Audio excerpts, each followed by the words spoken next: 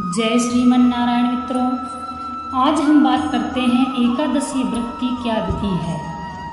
जो भी भक्त एकादशी का व्रत धारण करते हैं उनको यह जानना अत्यंत आवश्यक है कि यह व्रत कैसे करना चाहिए तथा एकादशी का व्रत का क्या क्या नियम लगता है और एकादशी के दिन क्या करना चाहिए तथा क्या क्या नहीं करना चाहिए, इन सब बातों को समझना चाहिए। इसके पश्चात एकादशी का व्रत जो व्यक्ति करते हैं अगर यह नियमों का पालन करते हैं तो भगवान विष्णु उन पर अत्यंत कृपा करते हैं और उनकी एकादशी का व्रत पूर्ण होता है।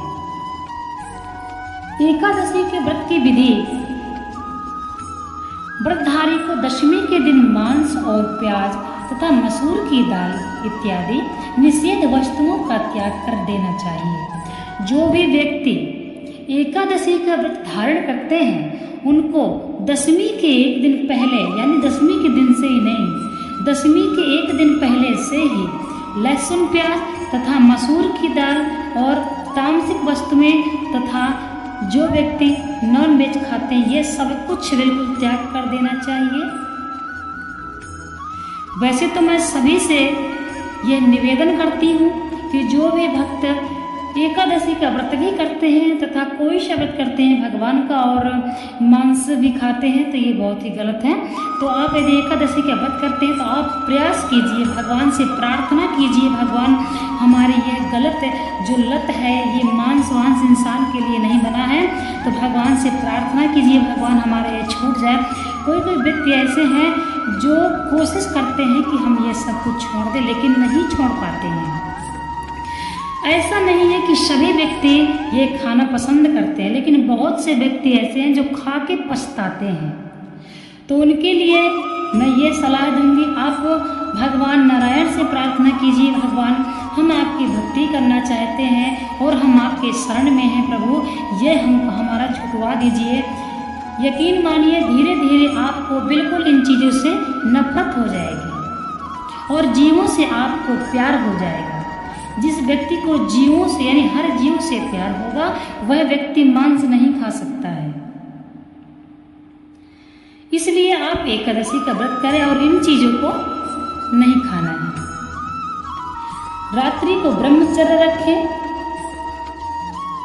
एकादशी के एक दिन पहले से ये सारे नियम मैं आपको बता रही हूँ। यानी रात्रि को दशमी के दिन से ही आपको ब्रह्मचर्य का पालन करना है। स्त्री से रमण नहीं करना चाहिए, एक दिन पहले से याद रखना है। प्रातः एकादशी को लकड़ी की दातून ना करें, यानी एकादशी के व्रत में इतना ध्यान देना पड़ता है कि लकड़ी भी तोड़ना पाप है, किसी वृक्ष के पत्ते भी तोड़ना पाप है। इसलिए क्या बताया गया है कि दातून ना करें। नींबू, जामुन या आम के पत्ते लेकर चबा लें और उंगली से कंठ शुद्ध कर लें। बात को समझिएगा, यानी पत्ते भी नहीं तोड़ना है। वृक्ष से पत्ता भी तोड़ना वर्जित बताया गया है। अतः स्वयं गिरा हुआ पत्ता लेकर सेवन करें। जो नीचे पड़े हों उनको धो करके साफ करके अच्छे से फिर करना है। फिर स्नान कर मंदिर में जाना चाहिए। एकादशी के व्रत के दिन आपको स्नान करके मंदिर में भी जाना है।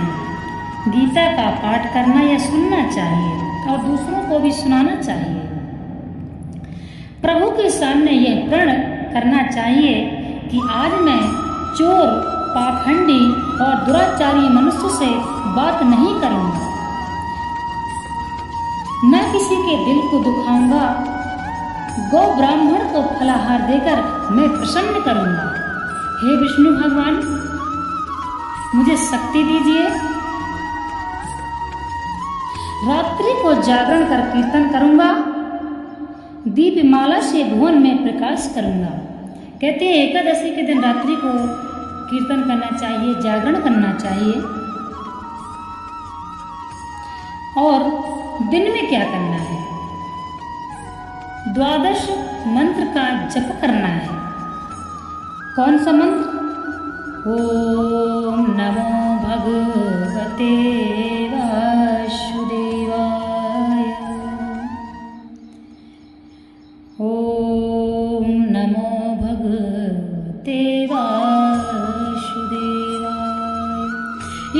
आज से आपको वासुदेव का भजन करना है। तो भगवान से आप ये प्रार्थना कीजिए कि मैं ओम नमो भगवते वासुदेवाय इस 12 अक्षर के मंत्र का जाप करूंगा। राम कृष्ण विष्णु इत्यादि विष्णु सहस्त्र नाम को कंठ पर आभूषण बनाऊंगा।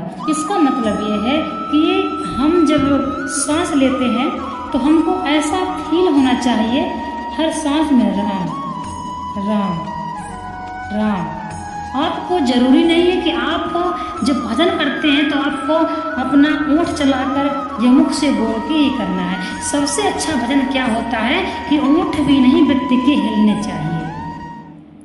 इसी को बोलते हैं भगवान नाम की सांसों की माला बनाकर पिरोइए। सांसों में राम राम। जब आप ये आदत डाल लेंगे तो आप किसी से बात भी करते रहेंगे तब भी आपका राम राम आपके मन में चलता रहेगा सांसों के द्वारा। ऐसी प्रतिज्ञा करके प्रभु मंदिर में प्रार्थना करें कि मेरी लाज आपके हाथ में है, अतः मेरे प्रण को पूरा करना प्रभु और मुझे शक्ति देना। यदि अचानक भूल कर भी किसी निंदक से बात कर बैठे तो उसका पाप दूर करने को सूर्य नारायण के दर्शन तथा धूप दीप से भगवान की पूजा कर क्षमा मांग लेनी चाहिए। एकादशी के दिन झाड़ू नहीं देनी चाहिए, इससे चींटी आदि जीव मर जाते हैं। तथा बाल न काटने चाहिए, अधिक ना बोलना चाहिए। गृहस्थी को अन्न का दान देना चाहिए, अन्न दान लेना भी वर्जित है। झूठ कपट आदि कुकर्म न करना चाहिए और दशमी के साथ मिली हुई एकादशी वृद्ध मानी जाती है। शिव उपासक तो इसको मान लेते हैं, वैष्णव को योग द्वादशी से मिली हुई एकादशी का व्रत करना चाहिए और त्रयोदशी आने से पहले व्रत पूर्ण कर लेना चाहिए। फलाहारी को गोभी गाजर सलजम पालक कुल्फा का शाक इत्यादि न खाना चाहिए और मूली आम अंगूर केला बादाम पिस्ता इत्यादि अमृत फलों का सेवन करना चाहिए। प्रत्येक वस्तु प्रभु को भोग लगाकर तथा तुलसी दल छोड़कर खानी चाहिए। द्वादशी के दिन ब्राह्मणों को मिष्टान की दक्षिणा से प्रसन्न कर परिक्रमा ले लेनी चाहिए और ब्राह्मण का आशीर्वाद ले लेना चाहिए। किसी संबंधी की मृत्यु हो जाए तो उस दिन एकादशी व्रत रखकर उसका फल उसे संकल्प कर देना चाहिए और गंगा जी में अस्थि पुष्प प्रवाह करने पर भी एकादशी व्रत रखकर फल प्राणी के निमित्त दे देना चाहिए। प्राणी मात्र को अंतर्यामी का अवतार समझकर किसी से छल कपट न करना, मधुर भाषण करना, कोई अपमान करे तो उसे आशीर्वाद देना, क्रोध मत करना। क्रोध चंडाल का अवतार है। आप देवता रूप हो, संतोष कर लेना। संतोष का फल सर्वदा मधुर होता है। सत्य भाषण करना, मन में दया रखना, इस विधि से व्रत करने वाला दिव्य फल को प्राप्त करता है।